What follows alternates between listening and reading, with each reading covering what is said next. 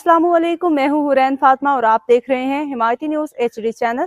नजर डालते हैं आज की अहम खबरों पर।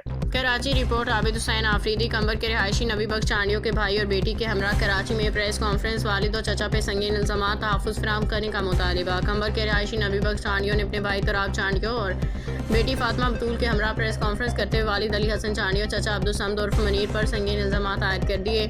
नबी बख्श चांडियों ने दावा किया कि उनके वालिद और चचा न सिर्फ उनकी जान दुश्मन बन चुके हैं बल्कि उनकी बेटी फातिमा बतूल की ज़बरदस्ती अपने एक मुलाजिम से शादी कराने की कोशिश भी कर रही हैं। उन्होंने कहा कि वो और उनका ख़ानदान शदीद खौफ और दबाव की कैफियत में ज़िंदगी गुजार रहे हैं। किसी भी नाखुशगवार वाक़े का खतरा मौजूद है।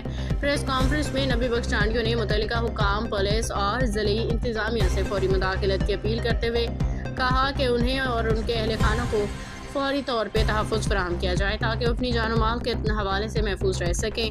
उन्होंने मज़ीद कहा कि अगर बरवक्त कार्रवाई ना की गई तो वो मामले की मज़ीद संगीन सूरत अख्तियार कर सकता है। इलाकाई सतह पर भी इस वाक़े ने तवज्जो हासिल कर ली और शहरियों ने मुतालबा किया कि हक़ाइक़ की मुकम्मल और गैर जानिबदाराना तहक़ीक़ात की जाएँ।